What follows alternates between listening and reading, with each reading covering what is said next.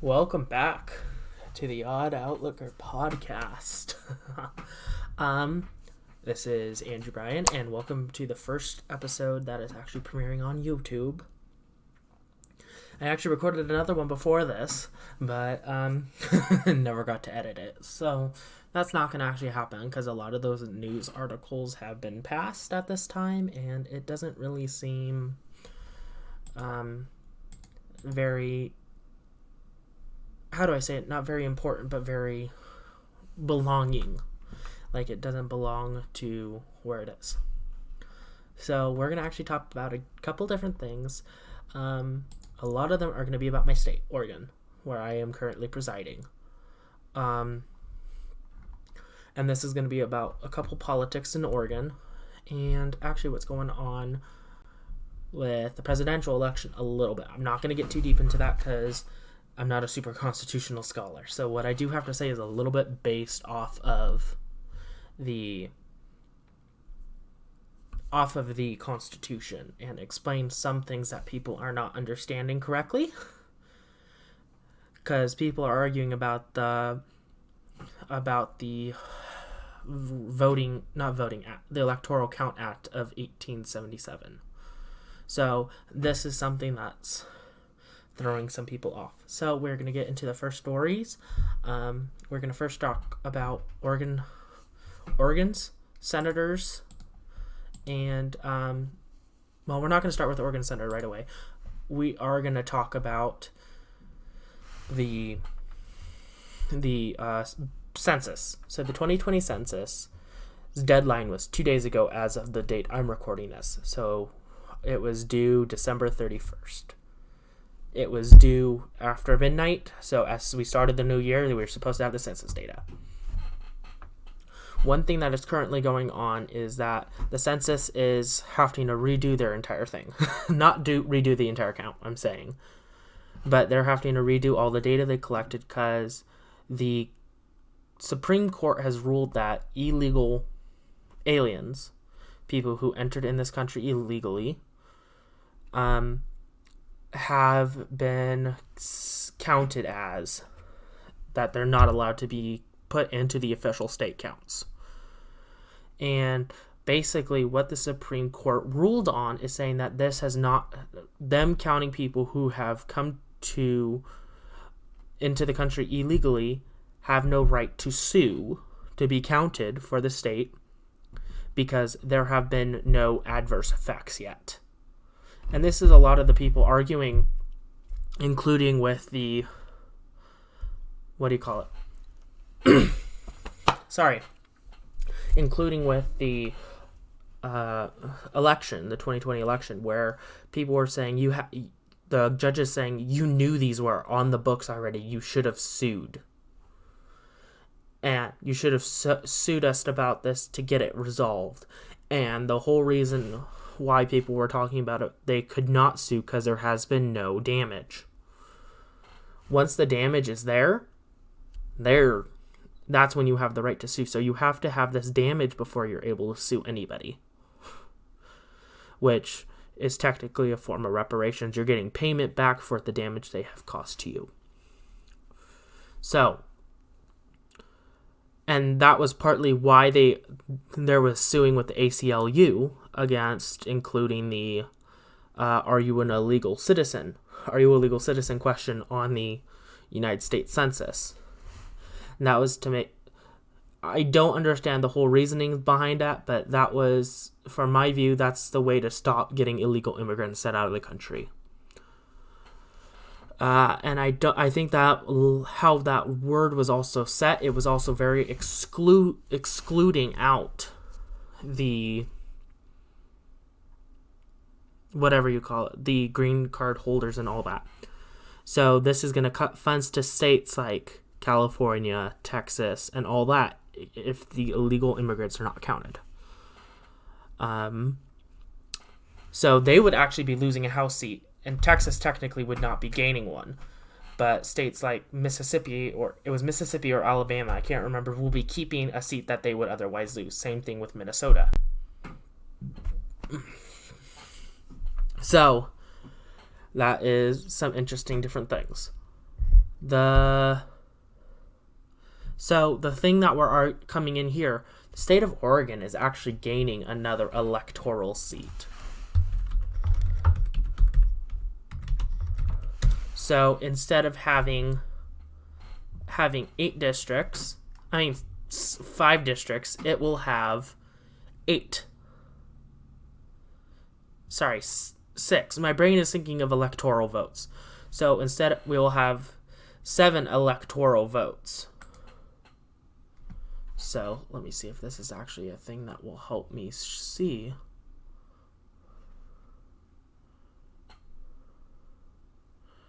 I don't think this is gonna help. Oh. Yes, this is. So currently the state of Oregon has 4 different maps. Well, one map. I'm trying to see if I can get a map here to show you guys. That might not be great. So, let me people.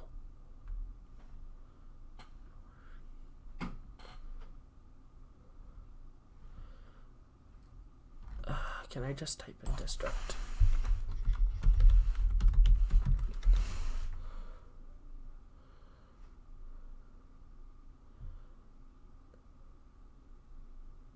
So that seems right, but that doesn't look like it's the right map, unless the map has changed.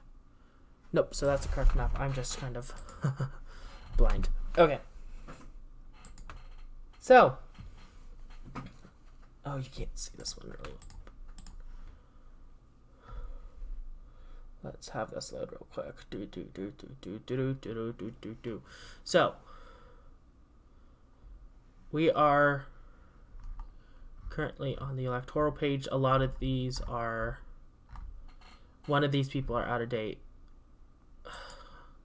So here is the electoral map.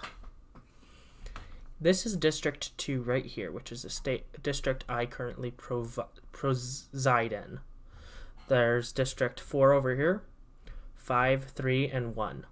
So what's happening is the state of Oregon is going to be gaining another district. And this will not be in effect till 2024. So we'll have it in 2024 and 2028 as effective dates for elections. So where I believe actually is going to happen is it's going to be cutting out District 2 to include Deschutes County, Jefferson, Wasco, and Hood River County, most likely. It might actually combine with another one of the Western districts might be moved around to include this. And the reason why I am thinking they're going to make another Democratic stronghold. It's going to be simple. Bend in recent years, Hood River and the Dalles have become more Democrat than Republican. And these are a couple major cities out here. Bend, and actually Medford and Klamath Falls are major cities that are Democrat. So we might lose Klamath County, Deschutes, Jefferson, Wasco, and Hood River, and Jackson. And the only reasons why I'm saying that is because of how our system is set up. Now, Oregon is ran by a bipartisan commission. So Republicans and Democrats both set out this, but there's a Democrat majority on it, so the Democrats can overrule anything. So to be honest, I'm not sure if that's how it's going to happen because of how the population has moved in the state. I know Hood River County and Wasco County have had huge booms. There are a lot of people that live in them now. Hood River has become a miniature Portland. I've been there recently, and I lived there for a long time, and it is very, very packed in tightly, and a lot of places have disappeared from there. So, with Oregon gaining a district in 2024, for the 2024 election, well, I think we actually get to vote in 2022 for the district representative. But in 2024, that is when the representative, when we get to vote for the president with that new district. So instead of having 7 electoral votes, we have 8. So here is leading into this. In 2022, we are going to have 3 people for sure up for election. I don't know if any other representatives are up for election. So the 2 senators from Oregon and the district, it will most likely be called District 6. District 6 will be up for election. So we have Senator Jeff Merkley. I use this up to look when his position ends. And we have Senator Ron Wyden. So we're going to come back to Jeff Merkley because he's going to have an interesting thing. So, Ron Wyden has said he will be seeking re-election in 2022. Of course I'm running, he said. There is much to do for Oregonians. And what this article is talking about is him seeking re-election because people thought he was, because he's such a senior senator, he's going to be doing a lot. Currently, he's 71. And he believes he has much more to do because he's a couple chairs. So, one thing that currently some people are worried about, and I'm not going to even cover any of this actual article, but this is just the article that he came out basically saying, yes, I am running. There's a couple people that have pointed out that he might not be eligible. I do not know all this stuff. But in 2022... he might not be eligible. The arguments here, I have this up on Twitter because this is where I saw the arguments actually originally come from. The questions he is Lars Larson, who's another radio host out here who's very popular over here to listen to, especially in District 2 and in Idaho and in the eastern side of Washington, talking about his right to be able to be a senator in Oregon because they're talking about how his family is. He has his kids in New York and his wife in New York and her being registered. So people were arguing about that to see whether he can or cannot run. So if he's ineligible to run, we are going to be losing Ron Wyden as a senator, a Democratic senator. Most likely there'll be another establishment Democrat senator put in his place. We don't know yet. We won't know until 2022. And the other senator, Senator Jeff Merkley. Oh, this is a lovely thing. So Senator Merkley has come out talking about abolishing the Electoral College. He's calling it undemocratic, unrepresentative, a racist relic, and exclusionary. So I don't know what his argument is for it being exclusionary. I can see his argument for it being undemocratic, unrepresentative, and a racist relic. Number one, let's just talk about this. We're not a democracy. I don't know how many times this has to get argued with the Democrats. We are a constitutional representative republic. So what we do is we are sending representatives to vote for us. We're not a direct democracy. There's the reason why that's part of the reason why the Electoral College exists. And that was part of the reason why senators were appointed by the state Senate. He's saying it's unrepresentative. He's meaning it's unrepresentative of the popular vote. Not that it's unrepresentative. It is actually representative. It's not representative of the population. It's representative of everywhere. So we don't have the cities ruling the entire state. Kind of like Oregon. Oregon is a wonderful example of this. This side of the state is where the majority of the population lies. Well, actually, you can even move that here to surrounding Sherman down across Cook, round to Chutes. This side of the state is where the majority population lies. The rest of it is rural Oregon. So, because Oregon is a mixture of rural and populous, the Democrats have a supermajority control of Oregon. I'm not going to search up a Oregon state representative map and all that. That is kind of ridiculous to show you guys because you guys won't care about local politics. But this is the whole thing here. Oregon is controlled by the Democrats. It has been since 2003 by a supermajority. And there's another argument there that we'll get into later. But because Oregon has the populous cities, and that's where they have all the districts drawn, that is why Oregon is Democrat, not Republican, or is more progressive rather than conservative. So Oregon is a great example of why there should be Electoral College. This side of the state controls the rest of the state. It's that simple. So within the previous years, we have had Portland dictating our rules in the rest of the state. That's why a lot of senators left. Senators and representatives, specifically, I know mine did, from the vote to pass HB 2020 back in 2018. And the second iteration in 2019, which I can't remember its number. Which this is the climate tax bill, basically.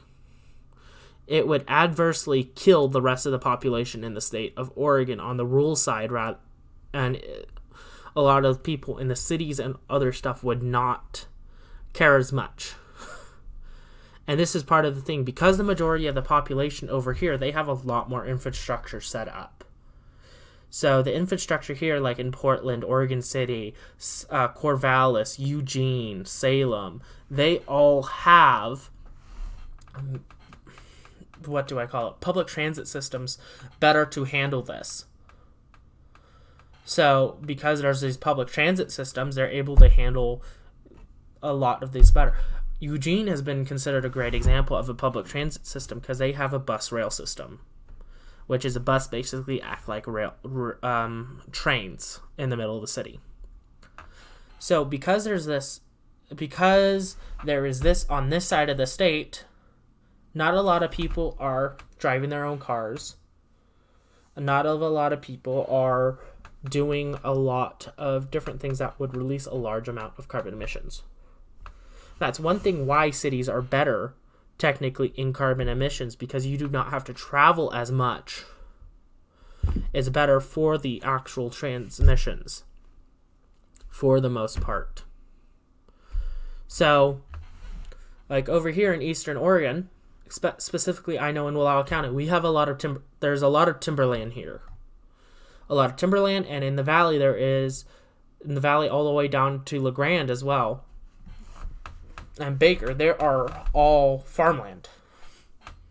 So, and a lot of them have older machines. They haven't been able to switch them out to new machines yet because, of course, they have a lot of, what do you call it? They have a lot of specialty crops and different crops that do really well, but they don't, farming is not very profitable to begin with. Farming at all is not profitable really well. If you do certain things, yes, you can get it certain well. And a lot of the younger farmers that I know specifically that are coming into Wallowa County and Union County are bringing in these new farming techniques that are helping them become more profitable and more efficient. And so they're starting to gain more money to switch out these older machines for newer ones that are more efficient and all this other stuff to help reduce climate change. And that's one thing that helps with industry. When you have more industry and the industry has less regulation, a lot of them are able to make better product. And that's what you want. You want better product for your environment and mixture, but you do still have to have some regulations. So, with that, Merkley was arguing a lot of this about the Electoral College. A racist relic, this is where we're going to get into the fun argument that people are going to hate me for. Bare reading of the Constitution and the Bill of Rights, you are not granted the right to vote. That's how the government can come in and take away the right to vote from felons and all this other stuff. So, With that, though, there are specific amendments that do allow the right to vote technically, such as the 26th Amendment, which is the right to vote at the age of 18. Now, I do like this. I do know this amendment. It's pretty good for the most part.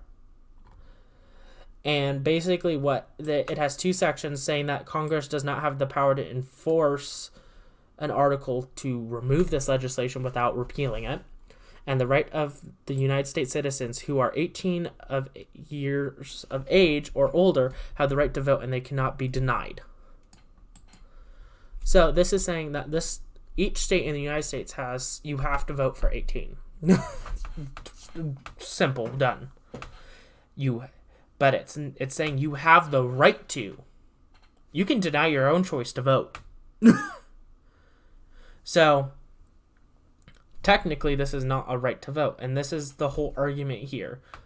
People like to argue that I have the right to vote. It is protected by the Constitution. No, it isn't. And that's partly why we have the Electoral College put in place. The Electoral College is put in place to help stop a dictator from forming.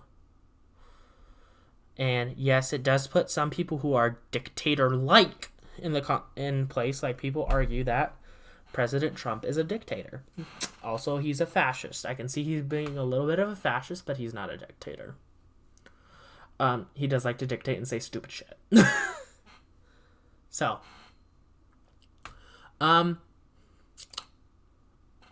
so going with this right to vote and Senator Jeff Merkley, this is dumb to begin with. I think everybody who pushes for this has not thought about what it does. And I know I have a coworker who thinks the same exact thing, that we should get rid of the Electoral College. And you can't change her mind because she thinks her vote does not count. Even though when her vote does actually disproportionately outweigh other people's. So, technically, a single vote in the state of Wyoming and the state of Rhode Island soon enough will outweigh a single vote in the state of California. And this is because California has such a large population, less vote, and they have 55 electoral votes, soon to be 54. They will have those rights. Sorry, I'm getting lost in my own thought. So their vote gets to split up, a single person by population. Percentage-wise, Wyoming with such a small population and them guaranteed 3 votes, has each vote weighs slightly more than a single vote in California. And yes, that is partly what happens to the states. At a certain spot, just because of how the United States has everything set up with ourselves limiting our representation to 435 for the House of Representatives. I think we're 435. I can't remember exactly. I know the District of Columbia has 3 votes, so that 538. Yeah, never mind. I'm getting lost again. That's their whole thing. So, but just because this stupid thing is not gonna... This stupid thing that Senator Merkley is saying is not gonna get him to lose office. This is not why I think he's gonna lose office. This is the SIS Act, or, well, SIS policy that Senator Merkley and Senator Ben Sasse has brought. And the thing that this is it's very against sex trafficking and all this. And it has brought up a list of things to the law. And what's going to happen here is some people who have read this law and have started to understand that this law is going to allow some things to be very, very bad.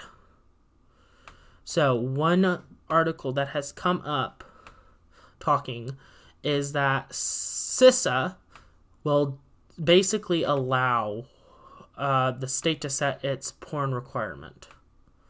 and anybody married. So, what this would allow is basically 16-year-olds to make porn. Basically making child porn. And a lot of things I have seen people argue is, I'm going to put this back off, is that if people are going into this and they are going to vote against it automatically, that you are supporting sex trafficking and you're a pedophile. That is some arguments I have seen that has just came up. And I think this is ridiculous. But it is what it is. So,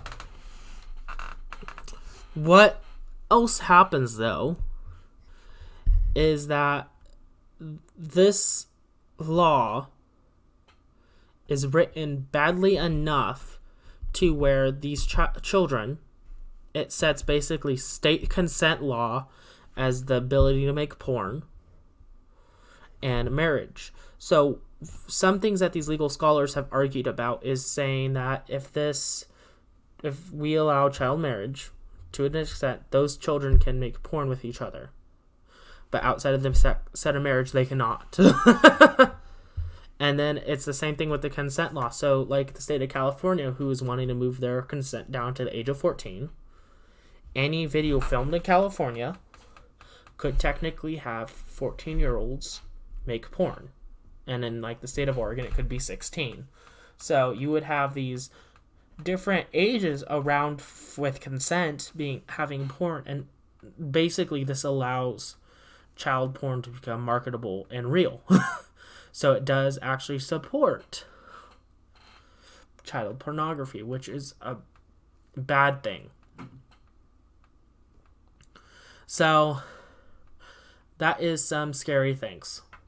So we got one other thing to cover, and then we'll be done for the night. Oh, I should have left that open so I can source that later for you guys to read. So,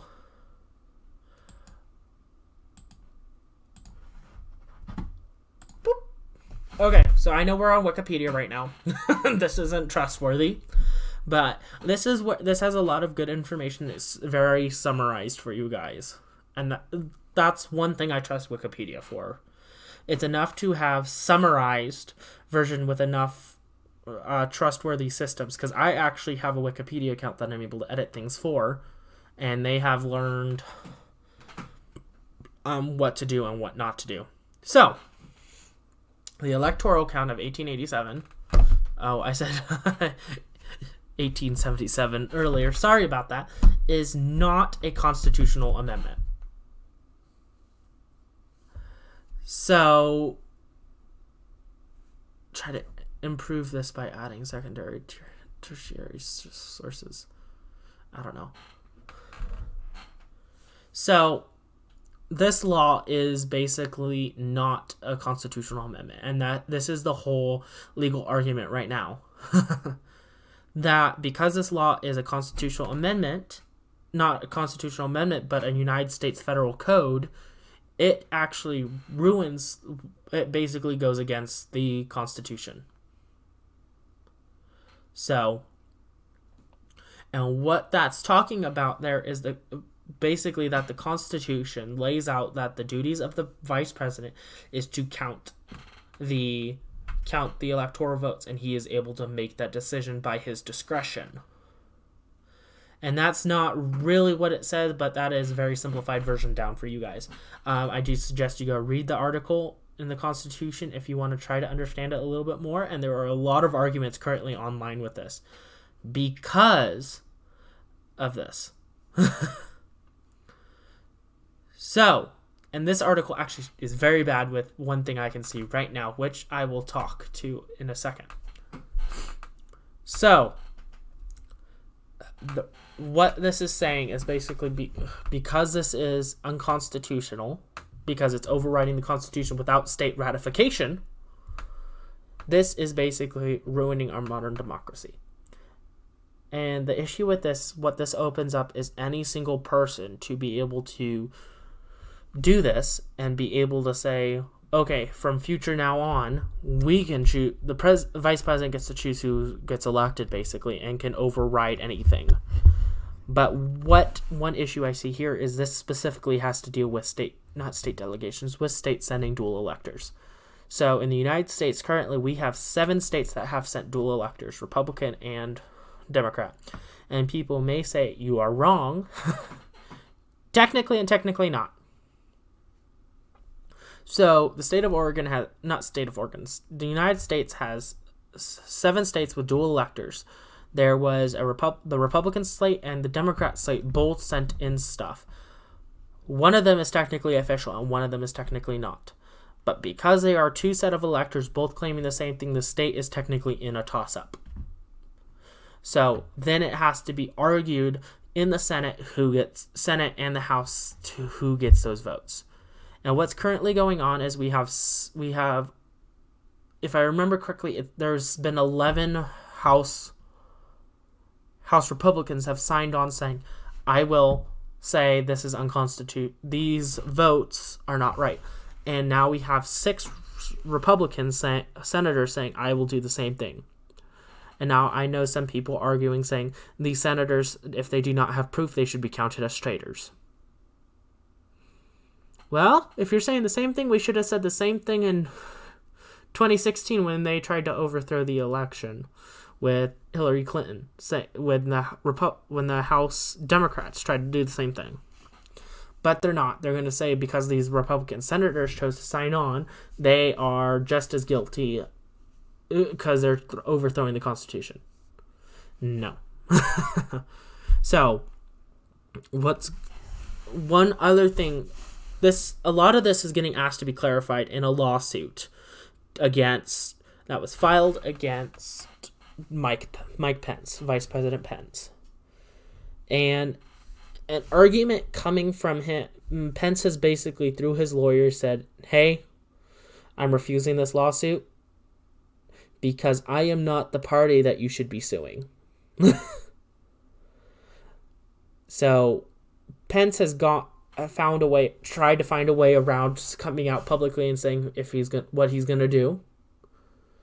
As the president of the Senate, he gets to basically count the votes and open them.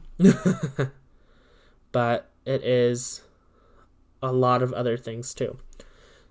But one other interesting thing that came out, that if the Senate and the House both have a senator and representative sign on, when they go do their 2-hour deliberation, that they vote in state delegations rather than by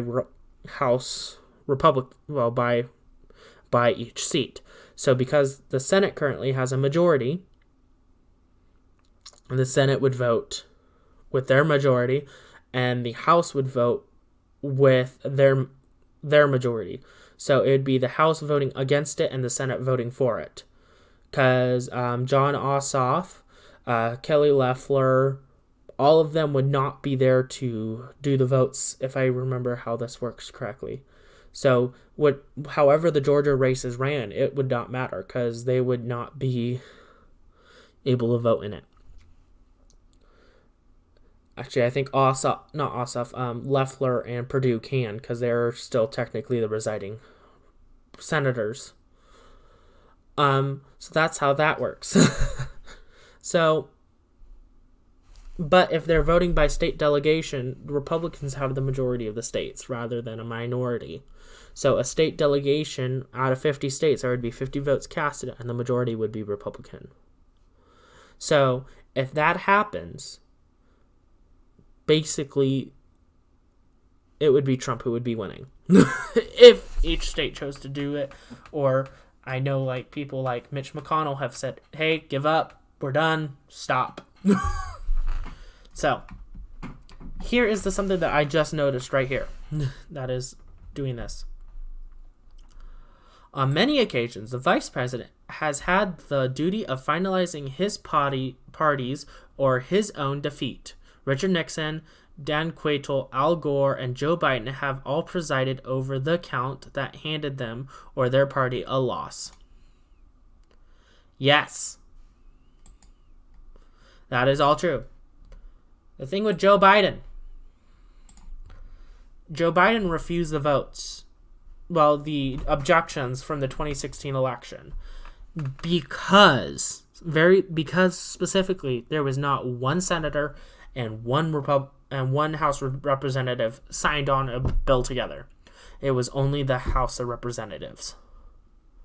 So that was a whole argument there in itself.